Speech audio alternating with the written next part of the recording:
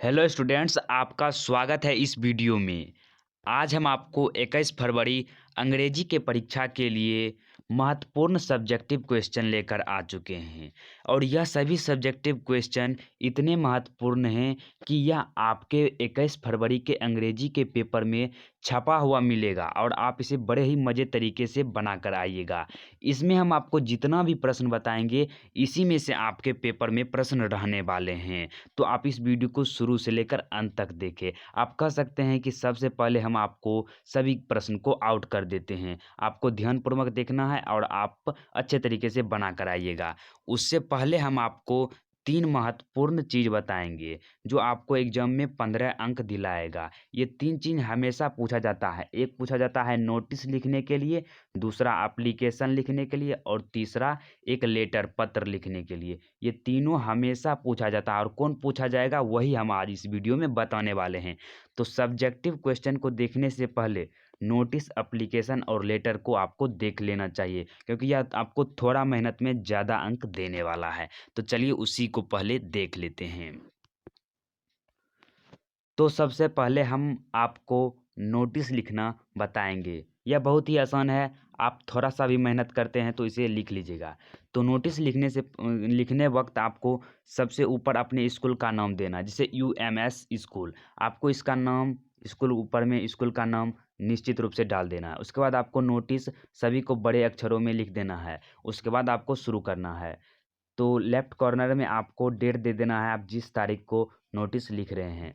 उसके बाद आप किसके बारे में नोटिस लिख रहे हैं, म्यूजिक कंपटीशन के बारे में लिख रहे हैं या एग्जाम कंपटीशन के बारे में लिख रहे हैं, स्कॉलरशिप कंपटीशन के बारे में लिख रहे हैं, वो यहाँ पर डाल देना है। तो आपके बोर्ड एग्जाम में म्यूजिक कंपटीशन का पूछा जाता है, तो यहाँ पर म्यूजिक कंपटीशन का हो जाएगा या सिंगिंग कंपटीशन, यहाँ पर आपको दे देना है। उसके बाद इसके बारे में आपको क्या क्या लिखना है वो बात यहाँ पर देख लीजिए। लिखना है this is to inform all student. सभी स्टूडेंट को सूचित किया जाता है that our school is going to organise um school music competition, कि हमारे स्कूल यूएम स्कूल में जो है म्यूजिक कंपटीशन का आयोजन किया गया है for the students of class 10th on 23/2/2022 in the school auditorium song could be folk. तो इसमें आपको कहना है कि इस कंपटीशन में आप सिर्फ 10th क्लास के स्टूडेंट भाग ले सकते हैं और यह कंपटीशन जो है वह 23 फरवरी को होने वाला है अपने ही स्कूल में। और इसमें जो है कौन कौन से सॉन्ग गा सकते हैं आप, इसमें आप क्लासिकल सॉन्ग, लाइट सॉन्ग गा सकते हैं, लाइट क्लासिकल गा सकते हैं, इवन वेस्टर्न। और जितने भी इंटरेस्टेड स्टूडेंट्स हैं please give their name to the class teacher latest by 22 February. जितने भी स्टूडेंट इसमें भाग लेना चाहते हैं वह क्लास टीचर के पास अपना नाम लिखवा ले और 22 फरवरी तक अपना नाम पूर्णतः लिखवा ले। उसके बाद इसका ऑर्गेनाइज किया जाएगा। इतना लिखने के बाद आपको यहाँ पर लिख देना है हेड बॉय। हेड बॉय में आपका यहाँ पर नाम लिख देना है, क्योंकि आप लिख रहे हैं नोटिस, तो यहाँ पर आपको अपना नाम दे दीजिएगा। इतना लिखने के बाद आपको 5 अंक बिल्कुल मुफ्त में मिलने वाला है। तो चलिए नेक्स्ट प्रश्न की ओर चलते हैं। अब बात करते हैं एप्लीकेशन का। यह तो हर बार ही पूछा ही जाता है। तो आपको एप्लीकेशन में दिया रहेगा write an application to your principal for granting you leave for 2 days. आप अपने प्रधानाध्यापक के पास एक आवेदन पत्र लिखिए जिसमें 2 दिनों की छुट्टी का जिक्र हो। तो आपको इसे लिखना है बड़े ही अच्छे तरीके से। आपको हम शादी वाला भी बताएंगे कि आप अपने अगर बड़े भाई या बहन की शादी में जाते हैं तो उसका एप्लीकेशन कब लिखिएगा, अगर आप बीमार पड़ते हैं तब कैसे एप्लीकेशन लिखिएगा, दोनों हम इस वीडियो में बता देंगे आपको। तो इसको आपको लिखना है इस फॉर्मेट में। पहले आपको देना है टू सेवा में द प्रिंसिपल प्रधानाचार्य महोदय स्कूल। उसके बाद स्कूल का नाम दे देना है यूएमएस चंद्र नगर रांको। उसके बाद सब्जेक्ट किसके विषय में आप ले रहे हैं, तो एप्लीकेशन फॉर लीव आवेदन पत्र छुट्टी के लिए थ्रो। आप किसके तहत जो है छुट्टी मांग रहे हैं, तो द क्लास टीचर। अगर क्लास टीचर के द्वारा अगर आप छुट्टी मांगना चाहते हैं तो आपको यहाँ पर थ्रो में दे देना है द क्लास टीचर। उसके बाद आपको लिखना है सर महाशय most respectfully I beg to start that I have been suffering from cold with high fever since Sunday last. I am unable to join my class. तो इसमें लिखना है कि आ, सर मैं आपसे आग्रह करता हूँ कि मैं कुछ दिनों से जो है सर्दी से बहुत ही परेशान हूँ और बुखार भी बहुत ज़्यादा है। यह कुछ लास्ट संडे संडे से है और मैं जो है अपनी क्लास ज्वाइन करने में असमर्थ हूँ, अनेबल हूँ। तो आपसे मैं विनती करता हूँ, अर्थात आपसे आग्रह कर रहा हूँ कि सर मैं बीमार हूँ, सर्दी जुकाम हो गया है, मुझे बुखार हो गया है लास्ट संडे से और मैं अपने स्कूल या जाने में या उस क्लास को ज्वाइन करने में असमर्थ हूँ। उसके बाद आपको लिखना है I therefore request you to kindly grant me leave for 2 days from इतना से इतना तारीख तक, 21 से 22 तारीख तक आपको छुट्टी चाहिए। आपका रिक्वेस्ट कर रहे हैं कि कृपया करके मुझे 2 दिनों की छुट्टी प्रदान करें, 21 तारीख को और 22 तारीख को। ये आपको लिख देना है। उसके बाद आपको यहाँ पर डेट देना है। आप यहाँ पर डेट देना बिल्कुल भी मत भूलिएगा। यहाँ पर आप फिर उसके बाद इधर लिखना है आपको योर मोस्ट ओबीडेंट स्टूडेंट। आपको यहाँ पर अपना नाम दे देना है। उदाहरण के लिए हम यहाँ पर आपको नाम दे दिए हैं। और आप चलिए लेटर हम आपको बता देते हैं कैसे लिखना है। उससे पहले हम आपको मैरिज का भी दिखा देते हैं कि अगर आप अपने बड़े भाई की शादी में जाते हैं तब कैसे लिखिएगा। तो यह एप्लीकेशन कुछ इस प्रकार से पूछा जाता है। Write an application to your headmaster requesting him to grant you leave to attend the marriage ceremony of your leader brother. अपने बड़े भाई के शादी के लिए आपको हेडमास्टर से जो है वह छुट्टी मांगना है, एप्लीकेशन देना है। तो इसे आपको कैसे लिखना है आप यहाँ पर देख सकते हैं। तो यहाँ पर उसी तरह का फॉर्मेट रहेगा, इसमें कुछ चीज़ को आपको चेंज करना पड़ेगा। तो यहाँ पर टू लिखिएगा, सेवा में द हेडमास्टर प्रधानाध्यापक, स्कूल में आपको अपना स्कूल का नाम दे देना है। उसके बाद सब्जेक्ट तो एप्लीकेशन फॉर लीव, छुट्टी के लिए आवेदन पत्र। उसके बाद आपको लिखना है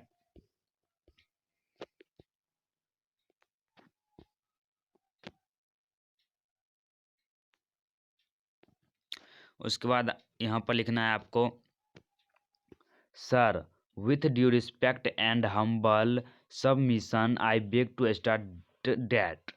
सर तो यहाँ पर इसका हिंदी होता है कि मैं उचित आदर और विनम्र भाव के साथ आपसे निवेदन करता हूँ, आई बेग टू स्टार्ट, निवेदन करता हूँ कि I am not in a position to come to school for about a week. जो है मैं उस पोजीशन में नहीं हूँ कि मैं स्कूल जा सकता हूँ एक सप्ते तक। कह रहे हैं कि मैं बहुत दूर हूँ अपने घर से, तो स्कूल जाने में जो है ना असमर्थ हूँ, जा नहीं सकता हूँ। तो उसके बाद लिखना है आपको 1 सप्ताह तक आप नहीं जा सकते हैं, क्योंकि अगर दूर जा रहे हैं तो आपको 1 सप्ताह लग जाएगा शादी में, तो इतने दिनों का आपको छुट्टी मारना है स्कूलों में। नेक्स्ट है the marriage ceremony of my leader brother is going to take place on 21 February 2022 को। आपके बड़े भाई का शादी है, उसमें I will have to remain busy, उसमें मैं जो है बिजी रहूँगा, व्यस्त रहूँगा। इसीलिए आप आग्रह कर रहे हैं कि I therefore request you to kindly grant me leave from इतना तारीख से इतना तारीख तक आपको छुट्टी चाहिए। आप कह रहे हैं कि मैं आपसे आग्रह करता हूँ कि कृपया करके मुझे इस डेट से इस डेट तक छुट्टी देने का कृपा करें। आपका सदा आभारी रहूँगा। यहाँ पर आपको डेट दे देना है। उसके बाद योर ओबीडेंट स्टूडेंट, आपका आज्ञाकारी छात्र, यहाँ पर आपको अपना नाम लिख देना है। आप चाहे तो यहाँ पर रोल नंबर भी लिख सकते हैं। तो चलिए हम आपको लेटर बता देते हैं, लेटर कैसे आपको लिखना है। लेटर भी अक्सर पूछा ही जाता है आपके बोर्ड एग्जाम में। तो कह रहा है write a letter to your father asking some money for buying book.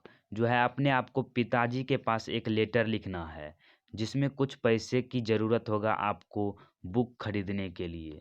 तो इसके लिए आपको लेटर किस तरह से लिखना है, आपको फॉर्मेट पर भी ध्यान देना है। तो यहाँ पर आपको सर्वप्रथम पिताजी, डियर फादर, पूज्य पिताजी, आपको पिताजी का आदर करना है डियर फादर, पूज्य पिताजी। आप जहाँ से लिख रहे हैं वहाँ का पता दे दीजिए और यहाँ पर डेट डाल दीजिए।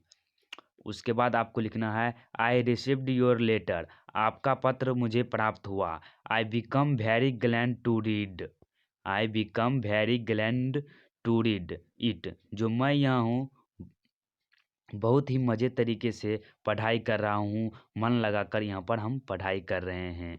आई एम फाइन हेयर, मैं यहाँ पर ठीक हूँ।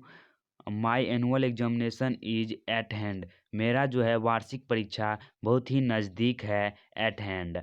आई have help book and copies, मुझे कुछ किताब और कॉपी की ज़रूरत है। So please send me about Rs 50,000, आपको 500 रुपये की ज़रूरत है, आप पिताजी से मांग रहे हैं। उसके बाद आपको लिखना है I will come home when the examination ends, मैं घर आऊँगा जब मेरा एग्जामिनेशन का अंत हो जाएगा, अर्थात एग्जामिनेशन समाप्त हो जाएगा। उसके बाद आपको लिखना है rest is okay, rest is okay with best wishes के साथ आपको लिख देना है। उसके बाद योर लविंग सन, आपको अपना नाम यहाँ पर दे देना है, आपका प्यारा पुत्र या सपुत्र।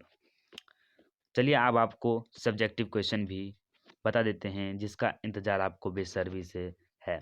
तो चलिए हम आपको इसमें फर्स्ट क्वेश्चन है what does writer say about the elderly corn merchant, जो राइटर है आर.सी. हचिंसन, वह एल्ड्रिक कॉर्न मर्चेंट के बारे में क्या कहता है।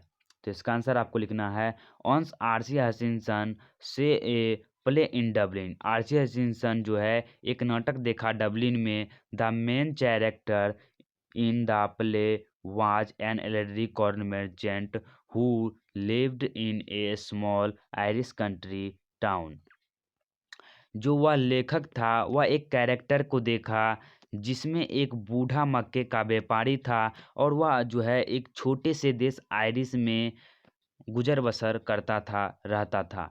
ही had several anxieties, he was weak hearted and his nephew was cheating him, he was tired of the fast fast pace of life, और वह जो है ना उसके जो भतीजा था उससे बहुत ही चीटिंग करता था, उसका पैसा को जो है ना बहुत गपत गोल कर देता था। उसका भतीजा उससे बहुत ही हर्ट होता था उसको, और जो है ना वह हमेशा इस जो है फास्ट पेस ऑफ लाइफ से परेशान रहता था।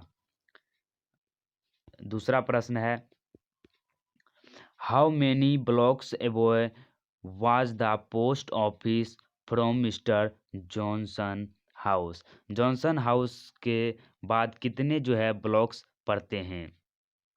तो इसका आंसर आपको लिखना है the post office was just 2 blocks away from mister Johnson house, 2 block के बाद जो है मिस्टर जॉनसन का घर पड़ता है। तो इसमें पूछा गया था कितने घर के बाद मिस्टर जॉनसन का ब्लॉक पड़ता है, तो 2 ब्लॉक्स के बाद। इसे ऑब्जेक्टिव भी पूछा जाएगा तो आपको ध्यान रखना है।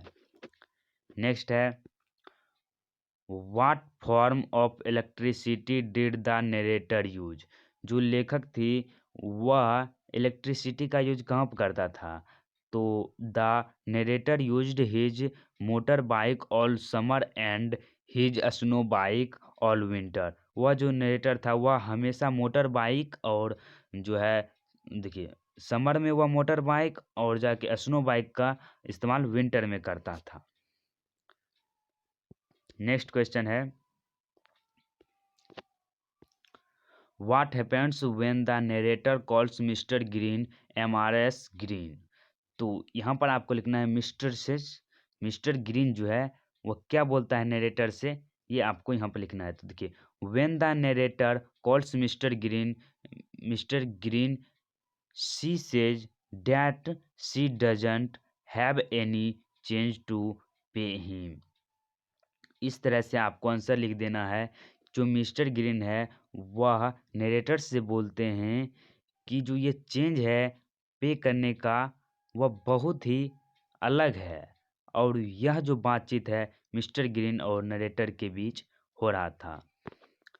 नेक्स्ट क्वेश्चन है, does Jim understand why his advice is being questioned, explain. तो इसका आंसर लिखना है yes, Jim understand why is advice is being questioned to he news that working for ecology is a tough job. जो ecology का job है वह सही में एक टफ जॉब है। आपको यस देकर क्वेश्चन का ही पार्ट आपको इसमें लिख देना है। नेक्स्ट क्वेश्चन है, what happened to the tree referred to by mister Johnson. तो इसका आंसर आपको लिखना है the tree referred to by mister Johnson has been cut down this show the greed of humans which is destroying our environment. जो है वह बहुत सारे वृक्षों की जो कटाई करता था, इससे एनवायरमेंट पर बहुत ही बुरा असर पड़ता था। नेक्स्ट क्वेश्चन है, ये सभी प्रश्न बहुत ही इम्पोर्टेंट हैं। प्रश्न है, what was Gullu's favourite food, how would Gullu inform that he was hungry. जो गुल्लू का फेवरेट फूड कौन सा था और वह उस फूड को खाने के लिए भूखे में कौन सा साउंड को निकालता था, कैसे उसे सूचित करता था महादेवी वर्मा को। तो इसका आंसर आपको लिखना है गुल्लू अथी काजू वाज गुल्लूज फेवरेट फूड। जो काजू था वह गुल्लू का फेवरेट फूड था। Gullu would inform that he was hungry by twittering chick chick. जब उसे भूख लगता था तो वह महादेवी वर्मा को सूचित करता था चिक चिक बोलकर, ये साउंड निकालता था। नेक्स्ट प्रश्न है, 8 नंबर का क्वेश्चन है, which ointment was applied on the wounds of the tiny baby squirrel. जो गिलहरियां थी उसके बारे में एक क्वेश्चन पूछा गया है, तो इसका आपको आंसर लिखना है। आंसर है penicillin ointment was applied on the wounds of the tiny baby squirrel. आपको पेनिसिलिन यहाँ पर लिख देना है, उसके बाद क्वेश्चन का ही पार्ट आपको यहाँ से लिख देना है। नेक्स्ट है,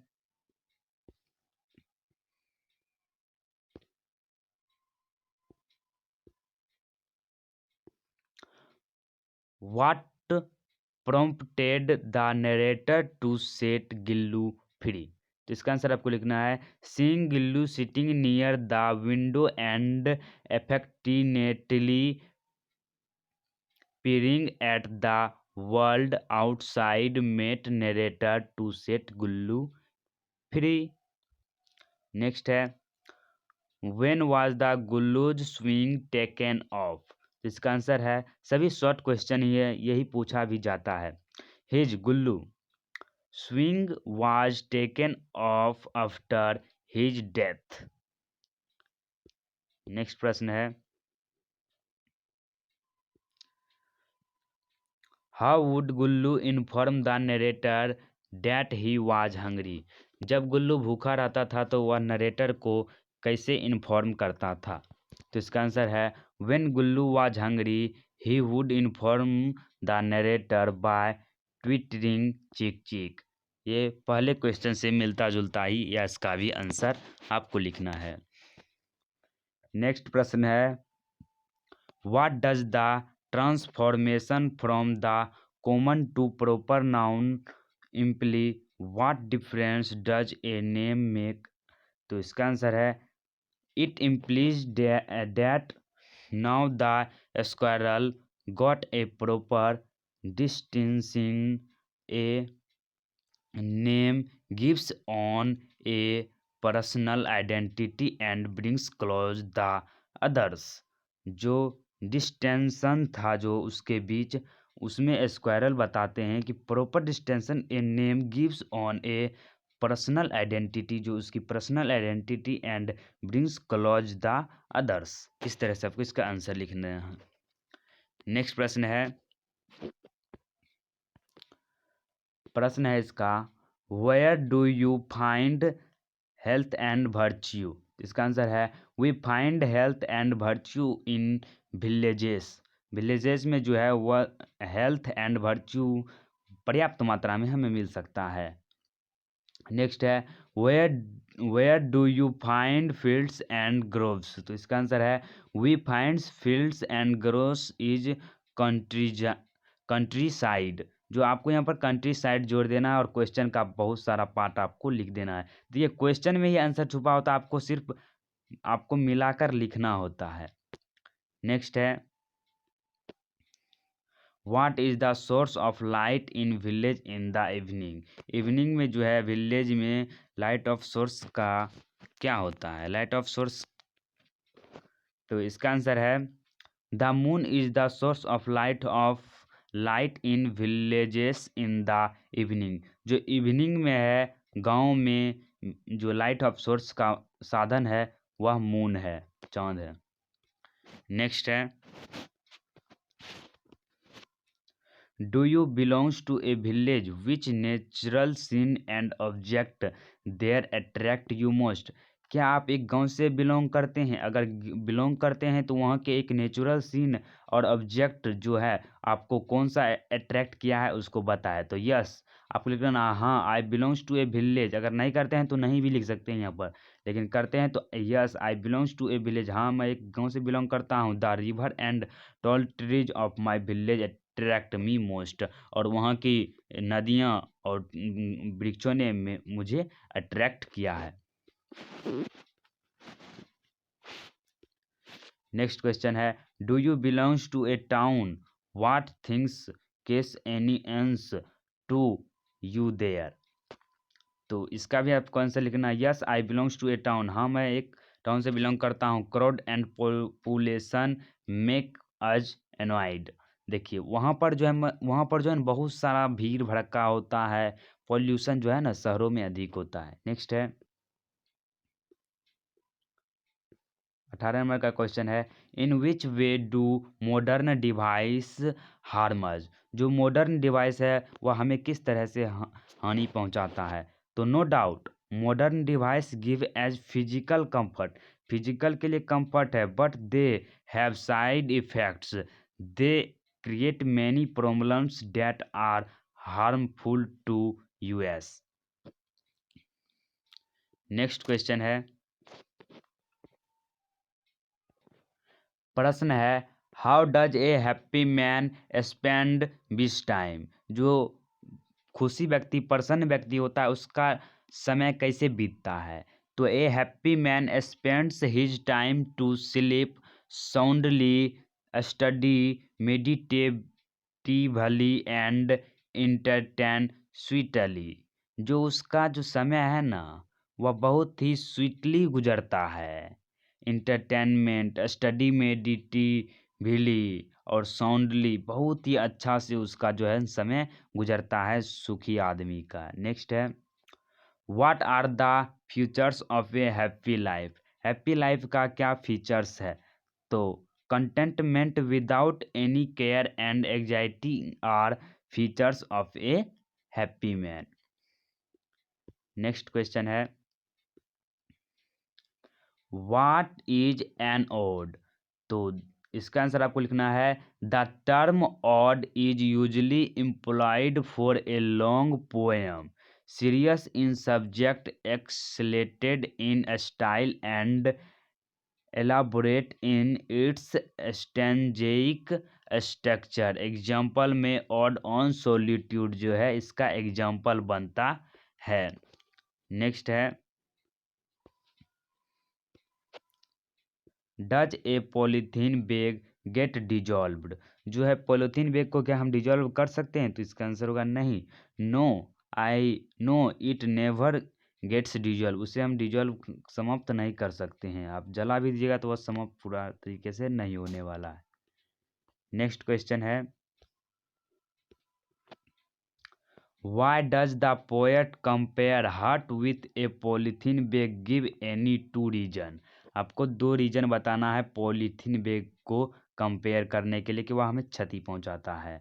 तो इसका आंसर लिखना, according to the poet a polythene bag means hurt और पेन। वह हमें क्षति भी पहुंचाता है और बहुत ही दूर जो है ना वह दुर्धर, इसका मतलब वह हमें बहुत ही क्षति पहुंचाता है और दर्द भी पहुंचाता है। नेक्स्ट है, ड्यू टू इट्स नेचर, उसका नेचर ही है, it ever gives us harm and any harms hurts human beings when it is thrown in politics environment and when burnt in excludes in poisonous smell. उसे जलाने पर जो है environment जो है वातावरण भी प्रदूषित होता है और जो उससे पॉइजनस जहरीला स्मेल भी आता है। तो आज की इस वीडियो में बस इतना ही, मिलते हैं अगली वीडियो में, तब तक के लिए जय हिंद, जय भारत, धन्यवाद।